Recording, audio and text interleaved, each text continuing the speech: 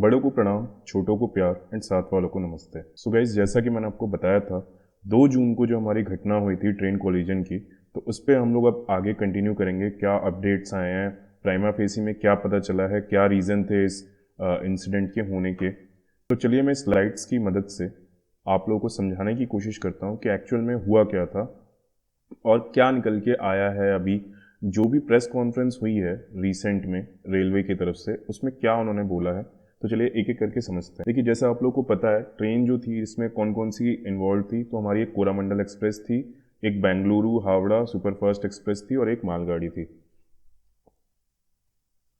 देखिए, आगे बढ़ने से पहले और चीज़ों को और बारीकी से समझने से पहले आप लोगों को ये 2 चीज़ों को समझना बहुत ज़रूरी है।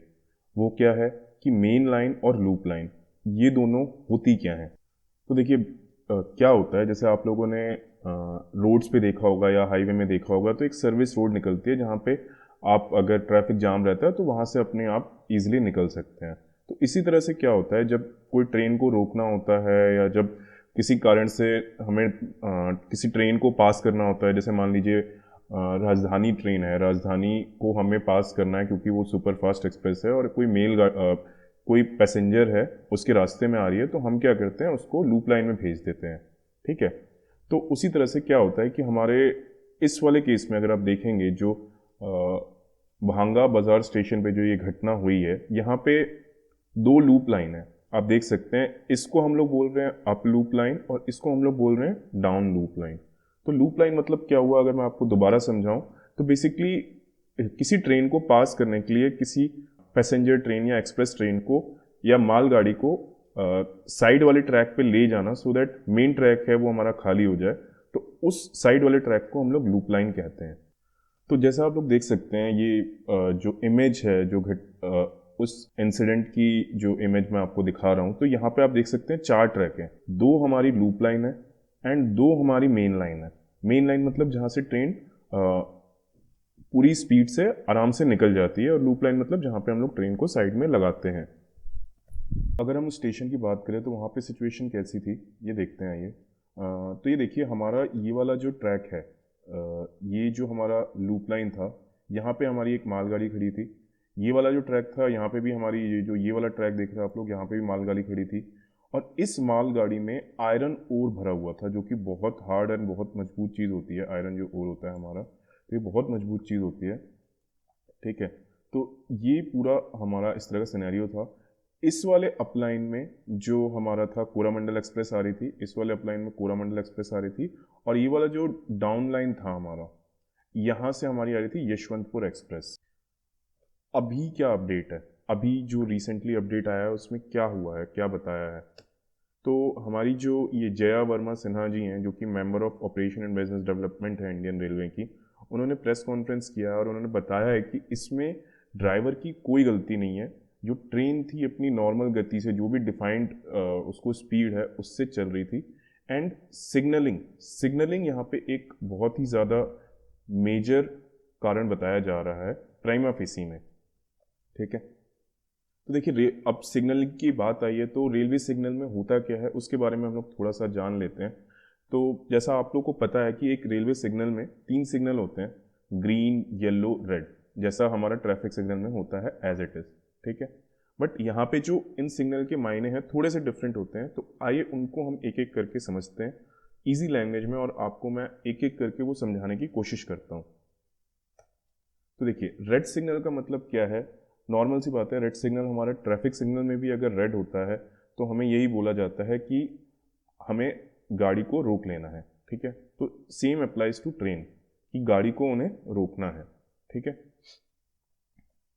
ग्रीन का मतलब क्या है, ग्रीन का मतलब ये होता है कि आप जिस भी स्पीड से चल रहे हैं, आप उसी स्पीड से अपना चलते रहिए, और आपको कोई स्पीड कम करने की ज़रूरत नहीं है, और आप मेन लाइन से अपने निर्धारित रूट को पकड़ के आगे निकल जाइए। तो ये जो होता है हमारा ग्रीन सिग्नल होता है। अब येलो की बात करें, तो देखिए येलो में क्या होता है। येलो बेसिकली एक ट्रेन का जो ड्राइवर होता है उसको बताने के लिए होता है कि भाई आप स्पीड को अपना धीरे कर लीजिए, हो सकता है आगे आपके ट्रैक को हम चेंज करेंगे, या हो सकता है आगे कोई ट्रेन पास हो रही हो। तो एक उनको बताने के लिए एक सिग्नल होता है कि आप जिस जिस भी स्पीड में है उस स्पीड से अपनी स्पीड को कम करके एक नॉर्मल स्पीड में ले आइए। इंटरलॉकिंग है क्या? तो देखिए क्या होता है, जैसे मैंने आपको बताया, यहाँ पे येलो जब सिग्नल रहता है तो देखिए क्या होता है, जब ट्रेन का अपना ट्रैक बदलना होता है तो जाहिर सी बात है आपको भी अगर अपनी गाड़ी से मुड़ना है, आप अपनी नॉर्मल स्पीड को कम करेंगे एंड फिर उस टर्न को लेंगे। तो same applies to train also. जब भी उन्हें कोई ट्रैक चेंज करना होता है तो क्या होता है कि उनको स्पीड कम करने के लिए बोला जाता है, और ये जो ट्रैक चेंज का प्रोसेस है इसी को हम लोग बोलते हैं इंटरलॉकिंग। तो इसमें क्या होता है, मान लीजिए किसी ट्रेन को पास करना है या जब ट्रेन को मेन लाइन से लूप लाइन में लाना है तो हम लोग इस इंटरलॉकिंग का इस्तेमाल करते हैं। आपने देखा होगा जैसे ये दो तरीके से होती है, एक मैनुअल होता है, एक ऑटोमेटेड होता है। फॉर एग्जांपल अगर आप मैनुअल में देखेंगे तो इस तरह की कुछ लीवर जो होती है वो लगी रहती है मैनुअल इंटरलॉकिंग में, एंड ये कुछ ऐसा सिस्टम कुछ ऐसा सिस्टम होता है पूरा मैनुअल इंटरलॉकिंग को चेंज करने का। यहाँ पे एक लेवर होता है और पूरे चेंजेस हमें करने होते हैं। इस तरह से हम उनको ट्रैक चेंज करवाते हैं, जो भी ट्रेन से हमारे उनको ट्रैक चेंज करवाते हैं। ऑटोमेटेड में क्या होता है, ऑटोमेटेड थोड़ा सा कॉम्प्लेक्स है, अगर आप लोग बोलेंगे तो मैं एक इसके लिए सेपरेट वीडियो बना दूंगा। बट हाँ, इसमें कोई भी पर्सन इन्वॉल्व नहीं होता है। इसमें सारी चीज़ें जो हैं कंट्रोल सेंटर से या स्टेशन मास्टर के एंड से कंट्रोल हो रही होती है, और एक कोई भी लिवर यहाँ पे इन्वॉल्व नहीं होता, कोई पर्सन यहाँ पे लिवर को नहीं खींच रहा होता है। देखिए अब जैसे मैंने बोला कि कोई थर्ड पर्सन ही आपको समझ में आ रहा होगा कि ट्रैक को चेंज करता है, तो ड्राइवर के पास में क्या कंट्रोल होता है? एक ड्राइवर के पास इंजन स्टार्ट करने का कंट्रोल होता है, इंजन स्टॉप करने का उसके पास कंट्रोल होता है, स्पीड को इंक्रीज या डिक्रीज करने का एज पर सिग्नल स्पीड को इंक्रीज या डिक्रीज करने का उसके पास कंट्रोल होता है, एंड इन केस उसे कोई इमरजेंसी ब्रेक लगाना हो तो वो भी कंट्रोल उसी के पास होता है। लाइक ट्रैक चेंज करने का, टर्न करने का उसके पास कोई कंट्रोल नहीं होता, वो बस गाड़ी को चलाता है और उसकी स्पीड को कंट्रोल कर सकता है, उससे बंद या फिर चालू कर सकता है उसके इंजन को, या फिर उस पर इमरजेंसी ब्रेक अप्लाई कर सकता है। ट्रैक चेंज करने का काम जो होता है वो थर्ड पर्सन कर रहा होता है, और हमारे केस में कुछ ऐसा ही हुआ, इसलिए बोला जा रहा है कि ड्राइवर की कोई गलती नहीं है इस इंसिडेंट में, वो तो अपने सिग्नल के हिसाब से गाड़ी को चला रहा था। अब समझते हैं पूरी घटना, मतलब पूरी घटना को अब मैं समझाने की कोशिश करता हूँ आपको, ठीक है, जो भी रिपोर्ट्स आई हैं उसके हिसाब से। तो देखिए क्या था, हमारी अप लूप लाइन पे मालगाड़ी खड़ी थी जिसमें आयरन ओर भरा हुआ था जो कि बहुत स्ट्रांग मटेरियल है, और हमारी डाउन लूप लाइन पे एक मालगाड़ी ऑलरेडी खड़ी हुई थी, ठीक है। तो आगे क्या हुआ था कि कोरामंडल आने के थोड़ी देर पहले यशवंतपुर हावड़ा सुपरफास्ट एक्सप्रेस जो थी हमारी, वो गुजर रही थी, एंड वो ऑलमोस्ट इस डाउन लाइन से गुजर चुकी थी। बट इस टाइम पे क्या हुआ कि कोरामंडल एक्सप्रेस भी 128 किलोमीटर पर आवर की स्पीड से आ रही थी, और उसको कोई स्पीड कम करने का सिग्नल नहीं मिला था, उसको ग्रीन सिग्नल मिला हुआ था, तो वो अपनी स्पीड से आ रही थी। तो ड्राइवर की यहाँ पे कोई गलती नहीं है, और ड्राइवर नहीं चेंज कर सकता है एक ट्रैक से दूसरे ट्रैक पे, इसलिए बोला जा रहा है कि ड्राइवर यहाँ पे निर्दोष है। एंड इस टाइम पे क्या हुआ, जब वो 128 किलोमीटर पे आ रहा था तो ये ट्रैक मात्र 750 मीटर का है, ठीक है, और ड्राइवर इतनी स्पीड से था कि उसको दिखाई नहीं कि उसको इमरजेंसी ब्रेक भी अप्लाई करना है। तो क्या हुआ कि ये जो ट्रेन थी हमारी, ये यहाँ पे जो मालगाड़ी थी इसमें पूरा आयरन ओर भरा हुआ था, तो आप ये कह लीजिए आयरन ही भरा था एक तरह से। तो आप जब भी देखेंगे, आप जब भी कोई स्पॉन्ज पे कूदते हैं तो आपको चोट नहीं लगती, बिकॉज स्पॉन्ज या स्प्रिंग जो है आपका कोलिजन के इम्पैक्ट को ऑब्जर्व कर लेता है। लेकिन वही जब आप किसी आयरन पे कूदेंगे या किसी आप दीवार पे टकराएंगे तो आपको बहुत ज़्यादा चोट लगती है, बिकॉज जो हार्ड चीज़ होती है उनमें कोलिजन को ऑब्जर्व करने की पावर बहुत ही कम होती है। तो इसीलिए यहाँ पे क्या हुआ, जिसमें आयरन ओर रखा हुआ था, तो इस वाली ट्रेन पे, ये वाली जो ट्रेन थी, इस पे कोई इम्पैक्ट नहीं आया, बिकॉज और ना ही इसने कोई कोलिजन को ऑब्जर्व किया, और सारा जो कोलिजन का इम्पैक्ट था वो हमारी कोरामंडल पे पड़ा, और इसीलिए ये हादसा बहुत ज़्यादा भीषण हो गया था।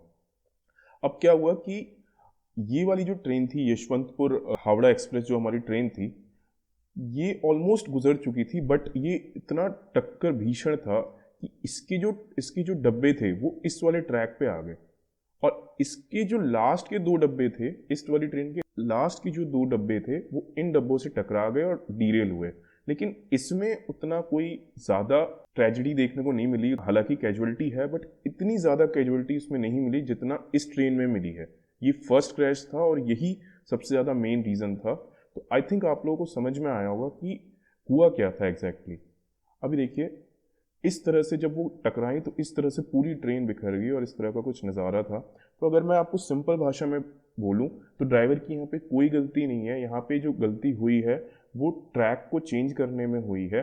और यहाँ पे जो ट्रैक को चेंज करने के लिए जो इंटरलॉकिंग सिस्टम है वो एक ऑटोमेटेड सिस्टम है, जिसमें शायद कोई ग्लिच आया है या फिर कोई इशू आया है जिसका अभी तक रेलवे ने क्लैरिफिकेशन नहीं दिया है, उस पर जांच चल रही है। देखिए अभी क्या है, ऐसी सेम घटना सिग्नलिंग को लेके सेम घटना जो 8 फरवरी को हुई थी और 9 फरवरी को एक पत्र में दक्षिण पश्चिम रेलवे जोन के प्रमुख मुख्य परिचालन प्रबंधक ने एक्सप्रेस ट्रेन के सिग्नल फेल होने की चिंता जताई थी, जिसमें उन्होंने बोला था मतलब ये घटना ऑलरेडी एक बार उड़ीसा में ही 8 फरवरी को हो चुकी है, जिसमें ट्रेन नंबर जो था 12649 संपर्क क्रांति एक्सप्रेस थी हमारी, जो एक मालगाड़ी से टकराने वाली थी। बट यहाँ पे क्या हुआ था कि जो हमारे ड्राइवर थे उन्होंने इमरजेंसी ब्रेक अप्लाई कर दिया था और एक मेजर इंसिडेंट होने से रुक गया था। तो शायद अगर हम इस घटना पे ध्यान देते उस टाइम पे तो शायद हम ये जो 2 जून की घटना हुई है उसको होने से रोक सकते थे। बट आई डोंट नो, मुझे नहीं पता क्यों इस घटना पे ध्यान नहीं दिया गया और क्यों इसको इग्नोर किया गया। बोलते हैं ना कि छोटी चीज़ को आपको इग्नोर नहीं करना चाहिए, आपको उसी टाइम पे उसे सॉल्व कर देना चाहिए। तो अगर इसकी जांच पड़ताल होती तो आप देखिए इतनी बड़ी घटना आज नहीं हुई होती हमारे साथ और इतने लोगों की जाने गई तो नहीं जाती। यहाँ पे सेम उन्होंने यही मतलब बताया कि 8 फरवरी को अराउंड 17:45 आवर्स मतलब शाम के करीब 5:45 बजे संपर्क क्रांति एक्सप्रेस थी, वो उसको जाना था डाउन मेन लाइन पे, बट वो पास किया उसने अप मेन लाइन से।